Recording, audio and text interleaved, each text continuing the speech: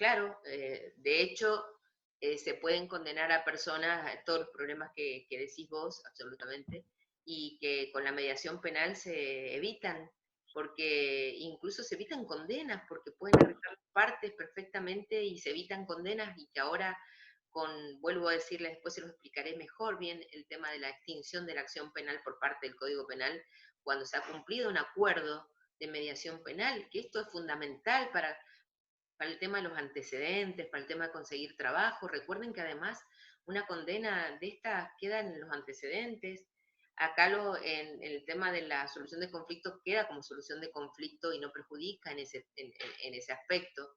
Tenemos personas que son, por ejemplo, que han choferes profesionales y cosas que si no consiguen esto no pueden trabajar más, o docentes o empleados estatales, de todo tipo donde se piden certificados de buena conducta. Entonces, esto es muy, muy, muy valioso y tienen que tenerlo en cuenta, porque además nunca sabe uno cuándo pueden imponerle una, una denuncia y poder hablar con la otra parte y plantearle este tipo de cosas. Ujú. Por eso le decía, me parece bueno. Y, doctora, ¿cómo es el tema del abogado? Tanto víctima como victimario. No puede estar el abogado de las partes en la mediación, está el mediador y las partes. ¿Cómo hacemos nosotros en el tema de la mediación penal? Primero, recuerden que hacemos dos audiencias por separado, ¿sí? Hacemos una audiencia Sí. si quiere mediar, ¿sí? Si quiere mediar y cuáles son, cuál ha sido, qué es lo que pasa, explicarles bien en qué consiste y todo lo demás, cuáles serían cómo se sentiría reparada, cómo se sentiría este, realmente restaurado del daño que puede haberse cometido, averiguamos, bueno, qué ha pasado, el conflicto originario, todas estas cosas. En las audiencias privadas las partes pueden ir con su abogado, pueden participar con su abogado, pues son privadas. Ujú. En la audiencia conjunta, cuando se decide establecer una audiencia conjunta, depende si las partes, viene una parte con abogado y la otra parte no, nosotros no podemos tener a una parte en desbalance, que le llamamos nosotros, ¿sí? O están los dos con abogados o los dos sin abogados. ¿Cómo hacemos en ese caso? El abogado le explicamos, le explicamos absolutamente todo. Normalmente nosotros tenemos hechos, de acuerdo a lo que nos dijeron las dos partes en privado, tenemos hechos un borrador de acuerdo de lo que quería uno, lo que quería la otra. Tenemos siempre hecho por respeto a las partes todo el formulario que ya van a ver como es un acuerdo. Se los quiero mostrar, quiero que vean en realidad lo que es. Eh, y bueno, entonces se lo mostramos primero al abogado, lo hacemos pasar, le decimos cuál es el borrador que tenemos nosotros, que nos tiene que esperar por esta razón que tenemos el desbalance o esto, pero que por favor nos espere afuera, que su cliente no va a hacer ni firmar nada que él no autorice. Entonces, hablamos con las partes, si llegan a una posibilidad de un acuerdo, pedimos un acuerdo intermedio, salimos, buscamos al abogado y le decimos, bueno, a ver, usted puede hablar solo con su cliente, estas son las condiciones que han establecido, usted lo autoriza, no lo autoriza, bueno, estas son las condiciones. Mucho respeto por el tema de los abogados, pero es esta situación. Hay algunos casos donde la gente viene, son muy humildes y vienen sin abogado, en los cuales que son casos que no son terminantemente graves, los hacemos así, los hacemos con ambos cuando hay casos simples, ¿sí?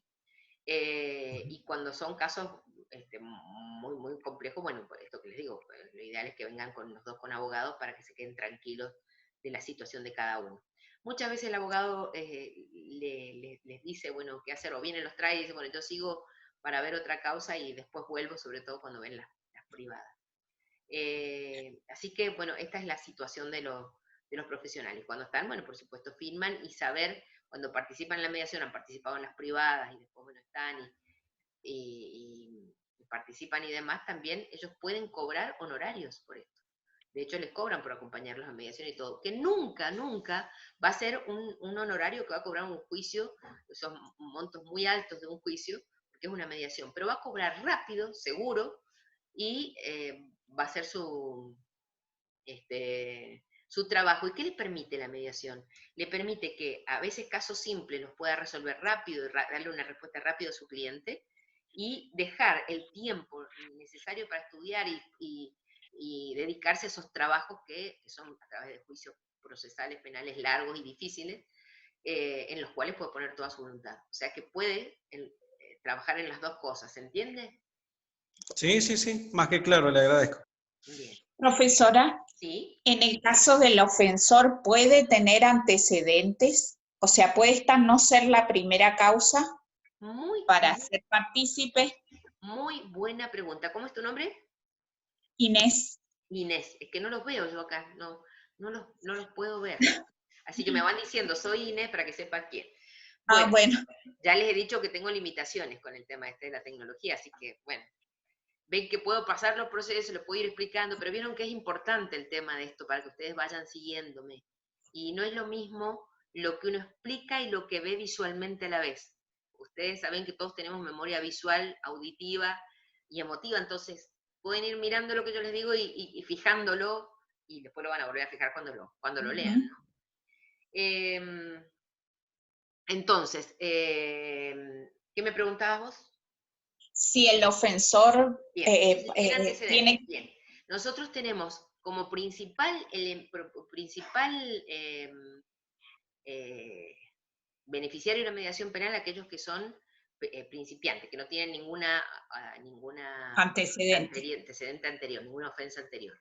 Pero los ofensores también tenemos muchos con antecedentes, y hacemos la mediación penal, siempre y cuando ¿qué? Es lo que no hacemos.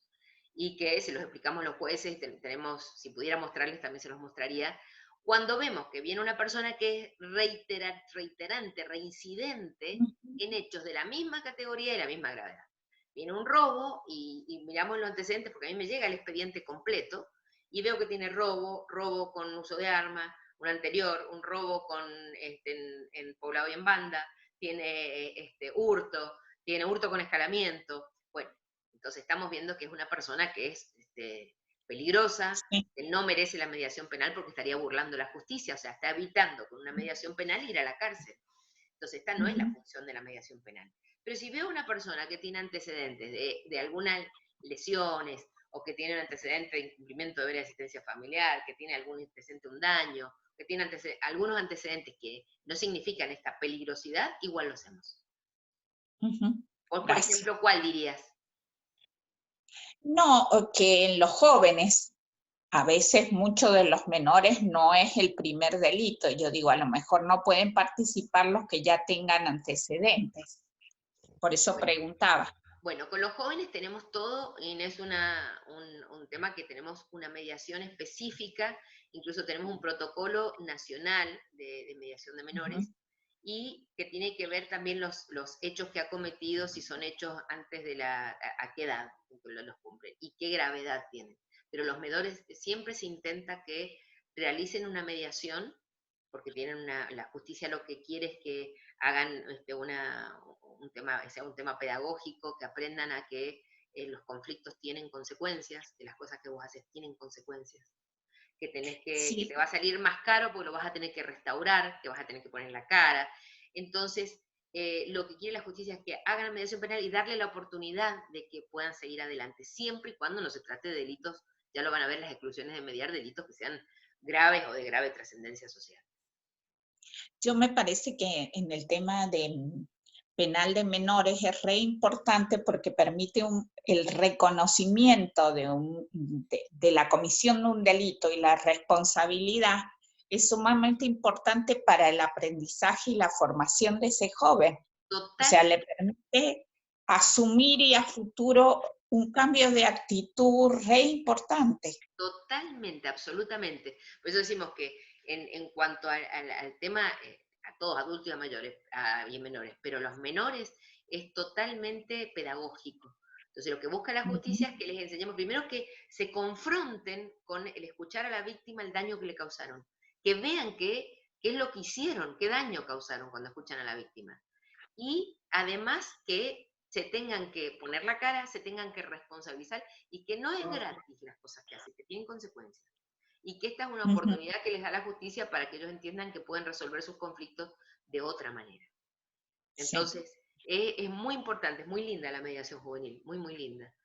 Porque los chicos son dúctiles y aprenden de esto. Decimos, así como uno aprende, toda la violencia que tienen los jóvenes la aprenden de nosotros, o sea, no nos tenemos que hacernos cargo de esto. Yo siempre cuando empiezan a hablar mal de los jóvenes y todo, digo, ¿de dónde vinieron ellos? Vinieron de otro planeta, lo aprendieron la violencia de los adultos, sin ninguna duda, y se los digo a los chicos, una manera de generarles empatía también cuando hablo con ellos. Pero bueno, pero ustedes tienen, así como aprendieron esto, pueden aprender a no dañar, a no realizar hechos de este tipo. O sea, aprendo la violencia y también la puedo desaprender. Entonces, mientras más jóvenes hagan este procedimiento, bueno, tenemos personas que pueden ser ciudadanos útiles y buenas personas para la sociedad. O sea, por eso es una oportunidad muy importante en la mediación.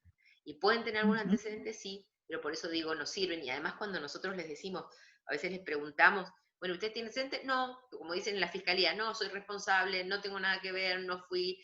¿Tienes algún antecedente? No, entonces yo tengo el expediente. Entonces, pero acá dice que tal cosa, que tal, bueno.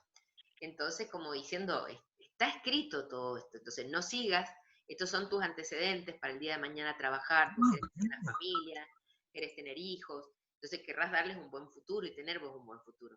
Entonces, esto significa que vos podés, como joven, te van a dar un tratamiento especial, te da una oportunidad de justicia mucho mayor que la de los adultos, pero tenés que ser responsable de que esto no se vuelva a repetir. Entonces, muy importante hacerles la reflexión pedagógica, sin ninguna duda que es pedagógico. Sí, gracias. ¿No? Bien. Bueno, ¿cuáles son los principios de la mediación penal? Como toda otra mediación, es voluntaria. O sea, no podemos obligar a nadie a realizar una mediación penal. ¿Qué es lo que ocurre? Que a nosotros nos derivan los expedientes, los fiscales, ya vamos a ver quién nos pueden derivar, pero por ejemplo los fiscales nos derivan los expedientes y nosotros los llamamos. Ahora, que los llamemos, y esto se los explicamos, no significa que sea obligatorio, de ninguna manera. Entonces, les explicamos que es absolutamente voluntario, cómo es el proceso, pero que depende de ellos, que cuando nosotros les terminemos de explicar, nos digan si aceptan o no la mediación. Es más, ya van a ver ustedes, quiero que se fijen en los archivos que yo les he mandado las fichas que hacemos nosotros de cada caso y les he mandado los convenios que tienen que firmar para aceptar una mediación. Dentro de ellos, el convenio de confidencialidad que habla de la voluntariedad y dice que pueden aceptar, mañana me gustaría que lo tengan en la mano, que pueden aceptar la mediación, pero que pueden retirarse en cualquier momento de la mediación, pueden decir, no, dejo aquí y no sigo. No es que empezaron, dijeron que sí, tienen que seguir hasta el final. Por eso les decimos siempre, vengan con la voluntad de mediar. ¿Por qué? Porque si vos, que sos el infractor, le decís, le estás negando lo que él sabe que ocurrió, el otro se puede levantar e irse y decir, no, ya no sigo la mediación porque no tiene solución este tema. Entonces les vamos explicando cuáles son las cosas que suceden. La voluntariedad implica eso, entonces tienen que aceptar la mediación y que además pueden irse en cualquier momento que lo deseen, si ven que la mediación no camina. También nosotros, que somos los directores del proceso, podemos dar por terminada una mediación cuando vemos que no existen las partes la voluntad de arreglar, o sea, que se han juntado pero para pelearse. Siempre les decimos, la mediación en la audiencia conjunta no es para que ustedes puedan pelearse, no se pueden insultar, no se pueden agredir, sí pueden aclarar cosas y decirse todo lo que quieran con respeto, aclarar, pero no agredirse. Si nosotros vemos, se los decimos, y se lo decimos por separado y cuando empezamos la audiencia conjunta. Vemos que ustedes lo único que quieren es continuar la pelea y no realmente llegar a ningún arreglo, nosotros que somos los directores de del proceso, decimos que damos de baja la mediación porque es no mediable esta situación. Confidencialidad. La confidencialidad que tienen todas las mediaciones, es decir, que todo lo que se hable en la mediación y todos los participantes de la mediación, no podemos contar lo que allí sucede. No podemos contar lo que allí sucede. Entonces ustedes tienen la garantía, les decimos, de que nadie va a salir acá contando lo que ha pasado, ni ustedes ni nosotros. No nos puede preguntar, lo dice el convenio que ustedes les he dejado yo ahí, es el que tenemos en la corte, no pueden ustedes, ni siquiera un juez nos puede preguntar a nosotros qué dijo una de las partes. Tenemos el convenio de confidencialidad. Nosotros vamos a firmar un acuerdo, si llegamos a un arreglo, firmamos un acuerdo, y ese acuerdo es el que les digo yo que tiene que ser cumplido o no, que vamos a ver después. pero no nos pueden preguntar qué es lo que sucedió en la mediación, en la confidencialidad de la mediación. Y tienen que firmar todas las partes que están. Firmamos nosotros, firman los abogados si están. Si alguien ha querido, por ejemplo, un menor que participa viene con su madre, tiene que entrar con su madre o su padre o su progenitor o la persona a cargo, tiene que firmar la confidencialidad, todos lo firman.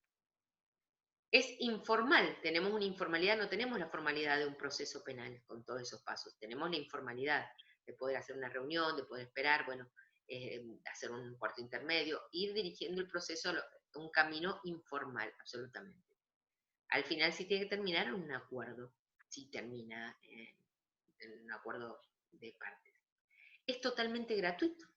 Esto es lo que les contamos nosotros a las partes. A veces nosotros somos parte del Estado, o sea, acá es totalmente gratuito la mediación penal, salvo que ustedes, bueno, traen el abogado y se hacen cargo del costo de sus abogados o lo que acuerden entre ellos del costo. Neutralidad o imparcialidad de los mediadores es lo que yo les conté al principio, que los mediadores, el rol de los mediadores es que somos imparciales frente a las partes, o sea, que las tratamos las dos por igual, como personas, como en todas las mediaciones, como personas, el respeto que merecen, el mismo trato, o sea, si le damos la palabra a uno, le damos la otra, todos los cuidados y demás, pero no somos neutrales frente al delito. El cuidado de la víctima lo tenemos muy presente. Se considera imprescindible el consentimiento expreso e informado de los participantes. Ese convenio que ustedes van a ver que tienen ahí, que se los he dejado, ahí dice que las personas tienen que firmar totalmente informadas. O sea, yo no puedo hacerle firmar una ficha de que acepta la mediación y firma el convenio de confidencialidad cuando yo no le he explicado nada cuáles son las consecuencias de esto.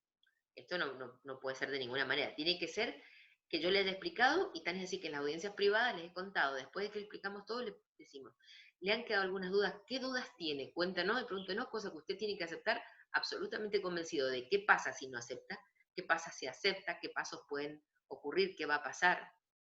Todo claro. Esto es muy importante. Imprescindible, dice, ¿no? Participación de las víctimas. La participación de las víctimas, esto yo les contaba también, que la creencia generalizada es que las víctimas no están interesadas en participar. Si bien culturalmente no está normalizado, normalmente la gente no entiende que es la mediación penal. Dice, ¿qué mediación penal? ¿Qué es lo que va a mediar penalmente? Con un delincuente no entiende la gente. Ustedes, porque son profesionales, están estudiando criminología y saben esto de qué se trata, pero normalmente la gente no entiende. Nosotros necesitamos que la gente nos escuche qué es la mediación penal, para que pueda decidir. Si no, no hay culturalmente un concepto de qué es la mediación penal. Sí lo tienen de qué es la mediación familiar o laboral, pero no de la penal. Entonces, para nosotros es vital que nos escuchen y ponemos todo nuestro empeño en las audiencias privadas y demás para explicarle a ellos, al abogado. Entonces, el principio que cree la gente, no, la víctima que le va a importar una mediación penal. Pero resulta ser, que es lo que yo les conté hace un rato, que cuando son informadas de la posibilidad que tienen en la mediación, que la posibilidad de que primero tienen que reconocer el hecho, que tienen que tal vez pedirles disculpas, restaurarlos, que si no cumple el acuerdo, vamos a hacer un acuerdo por escrito, que si no cumple el acuerdo se cae la mediación y vuelve a salir el proceso penal, o sea que no tiene nada que perder. Cuando son informadas de esa posibilidad, sienten que hay un espacio institucional preparado y protegido para su participación, porque protegemos totalmente. Vuelvo a decirles, en nuestra mesa, que tenemos una mesa redonda, como es la de la mediación, para que nadie sienta que tenga prioridad, siempre te colocamos, por ejemplo, la víctima a mi lado derecho, el ofensor del lado izquierdo, totalmente en la mesa redonda, vuelvo a decir que no pueda haber ni siquiera una posibilidad de alguien que intente algo. Cómo salen, cómo entran, todo. Sienten que hay un espacio institucional preparado y protegido para su participación, como los programas de mediación penal. Entonces, en este caso, pocas víctimas se niegan a participar. Y además, los resultados son resultados muy buenos en las experiencias provinciales e internacionales que tenemos. Muy, muy buenos resultados. ¿Sí? Bien. Por eso quiero darles algunos casos, ojalá les pudiera dar un montón, quisiera darles yo un montón de casos para que vean distintos tipos de delitos. Bueno, vamos a ver, no todos los casos son mediables, desde ya, no todos los casos son mediables. Y además, no solo por el hecho, sino por las exclusiones que tenemos para mediar. Tenemos exclusiones. Vamos a ver cuáles son. Entonces vamos a ver, primero exclusiones para mediar uno. Primero, que los infractores que no reconocen su responsabilidad en el hecho, ¿se acuerdan que les dije? Si no reconoces que no es la fiscalía, yo niego, acá no pueden negar. Si no reconoces tu responsabilidad en el hecho, directamente le decimos, bueno, no hay posibilidad de mediar, tenés que ir al proceso penal con tu derecho constitucional de ir a probar tu inocencia en el proceso judicial. Infractores en los que se establece deficiencia mental, toxicomanía o graves problemas de personalidad. Obviamente con ellos no podemos mediar porque tenemos un problema de que no pueden sostener el acuerdo, no pueden sostener el acuerdo de ninguna manera y tenemos, o sea, sería una barbaridad nuestra, de parte nuestra, de poder hacer un acuerdo con una persona que no puede sostenerlo. Nunca les decimos que no vamos a mediar directamente con ellos. Siempre les decimos, tanto a los que no reconocen su responsabilidad como a los infractores, les decimos que, por ejemplo, a un toxicómano o un alcohólico, le decimos, bueno, si usted hace un tratamiento adecuado, usted haga un tratamiento y le den de alta y el médico le autoriza a poder hacer una mediación, siempre usted puede venir, si el proceso penal está realmente en condiciones para poder hacerlo, pueden volver a intentar una mediación penal. O el infractor también en cualquier momento, que muchas veces se van y vuelven al poco tiempo para decir, no, bueno, prefiero seguir, continuar con que hagamos una mediación penal. Delitos tipificados como muy graves, esos directamente no los podemos mediar, delitos tipificados como muy graves porque es un grave daño físico o moral a la víctima, como muy graves. Delitos que por sus características hayan provocado una grave alarma social, ¿sí? Reincidencias o incumplimientos de otros abordajes reparatorios. Esto era la pregunta tuya, Inés. Reincidencias. Bueno, estamos hablando ya de que tenía un cumplimiento, un acuerdo, y lo incumplió.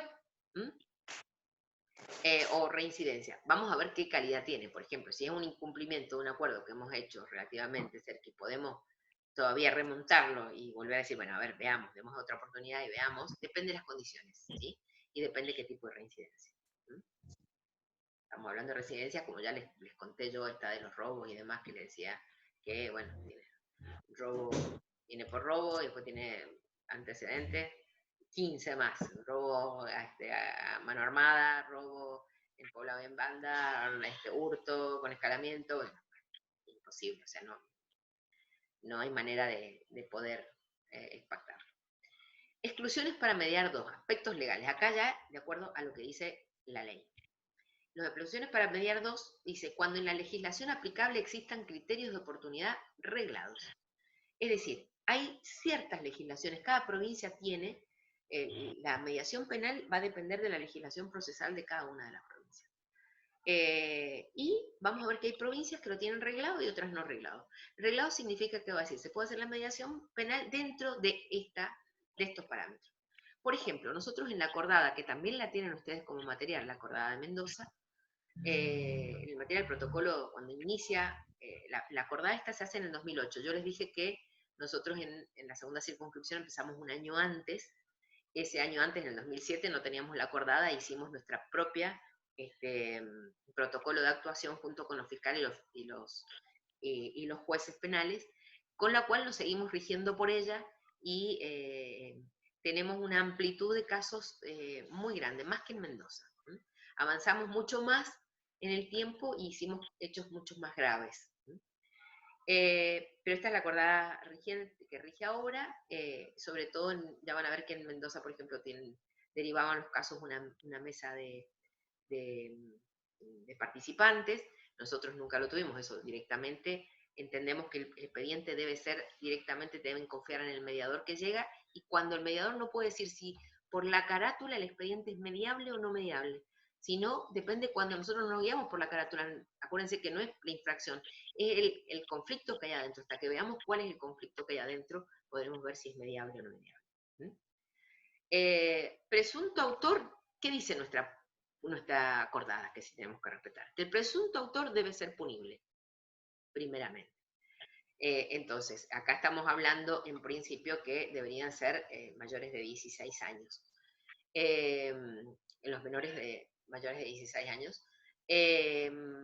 En algunos casos hemos tratado casos más chicos a pedido de los fiscales y de los jueces, muchos casos, por ejemplo, de ciberbullying o lesiones o amenazas o agresión, de casos en chicos en la escuela secundaria, que son tremendos, estos casos que se ha visto que vienen los grupos y los persiguen, les hacen hasta que los encuentran, los agarran de los pelos, los hacen un círculo, uno lo va grabando y los otros matalo, matalo, matalo, y nadie los para. Terrible, terrible esos casos. Los hemos llegado a tratar nosotros a veces con 15 años y demás lo hemos hecho, a pedido de los fiscales y los jueces. No delitos insignificantes. A nosotros nos piden nuestra acordada, porque hay muchos casos en que la gente cree que la mediación penal es para los delitos de bagatela, se llaman. Delitos de bagatela son los delitos insignificantes. Entonces, para los delitos de bagatela tienen criterios de oportunidad los jueces que son mucho más sencillos, más fáciles por decisión de ellos, que pedir una mediación penal y, por ejemplo, ir colapsando a veces el tema de la mediación penal. Entonces, delitos insignificantes no, delitos que tengan su importancia, ¿sí? No existe, por ejemplo, el caso de los hechos de juzgado de falta, que se llamaba antes, que ahora es juzgado contravencional. Ahora acuérdense que cambió el código faltas por el código contravencional nuevo. Nosotros no hacemos contravenciones, hacemos solo delitos. En toda la segunda circunscripción hacemos delitos, porque tenemos muchos. En la primera circunscripción sí hacen contravenciones, o sea, faltas y delitos. Nosotros hacemos exclusivamente delitos. Y esta, que es muy importante, no existir riesgo de escalada de violencia. ¿Se acuerdan que les dije este tema de la escalera? Si vemos que ya en la escalera están muy, muy alto y existe un riesgo muy grave, tenemos que no correr el riesgo de, por intentar una mediación, que ocurra algo mucho más grave. Esto es realmente a criterio del mediador. Nosotros tratamos de insistir en tratar de poder ayudar a pararlo, pero ponemos en contacto con el fiscal a ver cómo hacemos. Me está avisando que me quedan 40 minutos. Perdón, que se nos están acabando los 40 minutos. Bien. ¿Nos va a anticipar qué quiere para mañana? Sí, les voy a anticipar qué quiero para mañana. Lo que quiero es que lean, bueno, que se vean las fichas, como les dije, las fichas, el convenio de confidencialidad que está para mayores y para menores, para que vean bien cuáles son los términos, que lo lean, porque ojalá se los pudiera ir pasando acá y lo hubiéramos leído juntos, pero que lo puedan tener, y lo vamos viendo, y que lean el caso de Apolinario, creo que les he puesto defraudación agravada, Apolinario. Este caso es un caso real, que le he cambiado el nombre, por cierto. Recuerden que nosotros estamos autorizados a veces a pasarles el tema de los datos de casos reales solamente para capacitación, pero que ustedes están obligados también a la confidencialidad, ¿sí? Pero Sí. he cambiado ahí, léanlo, es un caso que lo he tratado de ir relatándoles todo el tema de la situación que ocurrió desde la denuncia, el caso, cómo fue. Tenemos acá presente al médico que tienen ustedes, ¿no?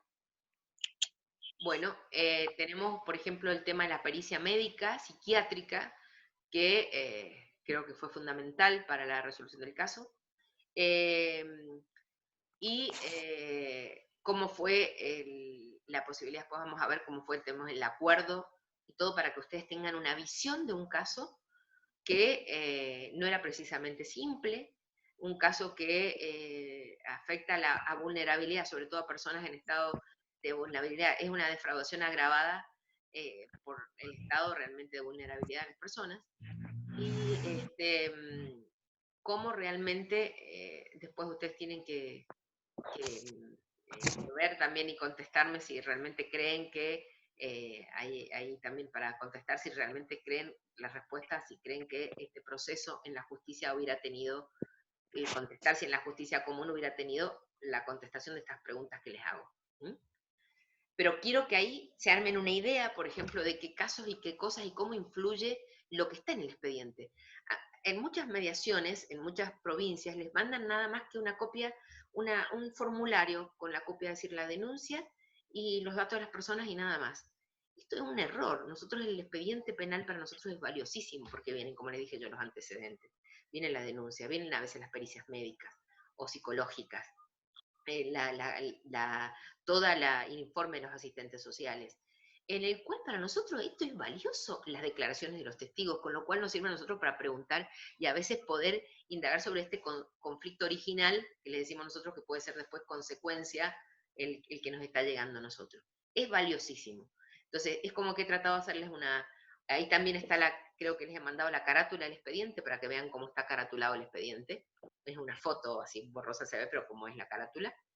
Y que vean más o menos, puedan tener una idea de un panorama de un caso redondeado. Después vamos a ver otros. Así que sí les pido la lectura de ese, con lo de las fichas y que más dijimos el tema de la contestación del caso, que pues la harán bien por escrito y bien. Creo que era eso. Bien, exclusiones para mediar, 3. Las exclusiones para mediar, 3. Acá tenemos claramente, de acuerdo a la pregunta de ustedes también, que es la ley 26.485, que es la protección integral para prevenir, sancionar y erradicar la violencia contra las mujeres. La especialista en violencia de género verá que acá tenemos la ley, ¿sí? Y acá dice, en rojo lo he puesto, prohibición de la mediación siempre, dice siempre, en caso de violencia de género. Es una ley de orden público. ¿Qué significa una ley de orden público para nosotros? La ley de orden público significa que no se puede variar por acuerdo de partes. O sea, que no es que yo me pongo de acuerdo de parte y lo arreglo. No, es una ley de orden público que debe ser cumplida a rajatabla. La única posibilidad hay, esta que les estoy diciendo yo, que ahora están los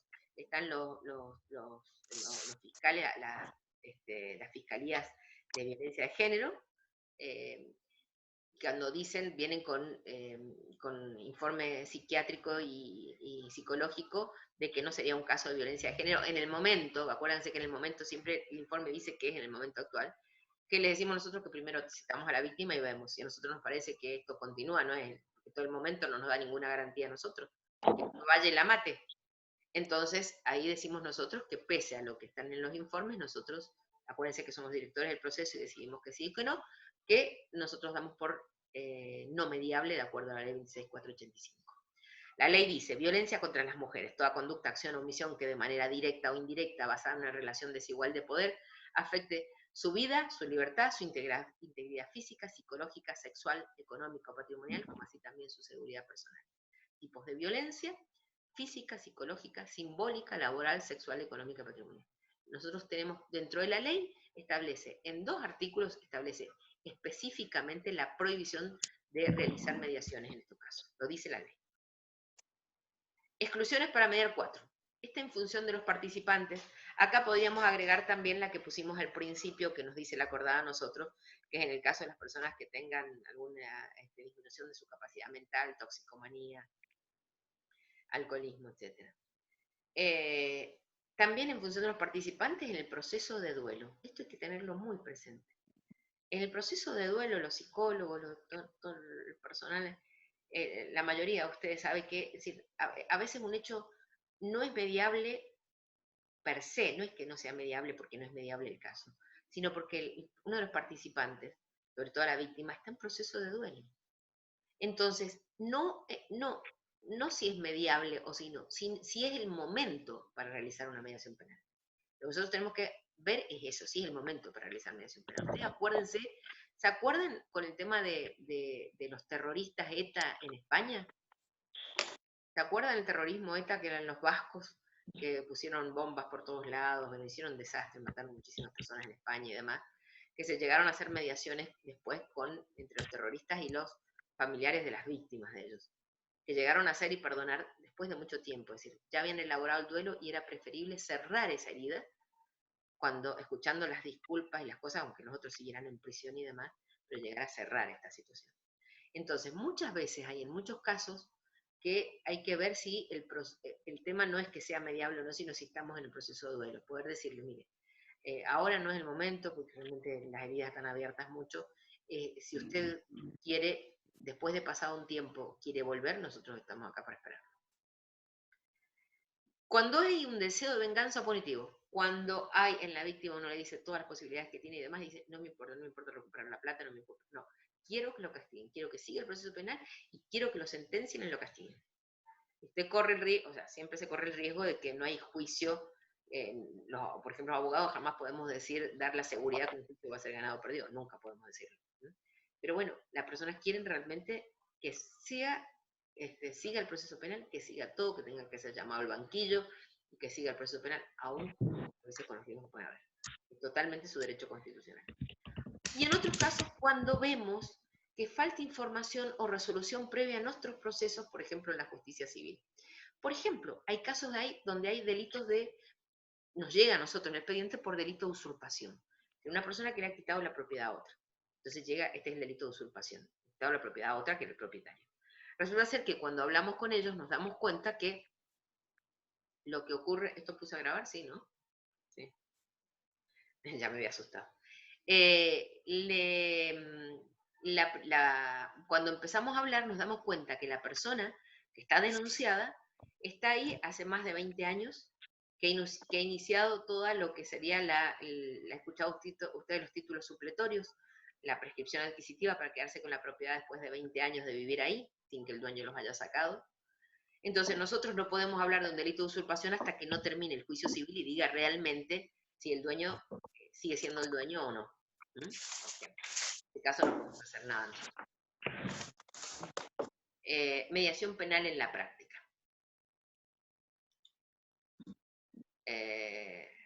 Bien. Mediación penal. En definitiva, entonces, después de todo lo que hemos visto, la mediación penal consiste en la aplicación del dispositivo de mediación a conflictos penales. Y tiende a la reparación, como hemos dicho, reparar, compensar voluntariamente, acuérdense que todo esto es voluntario, no es nada obligado, de las consecuencias de un delito.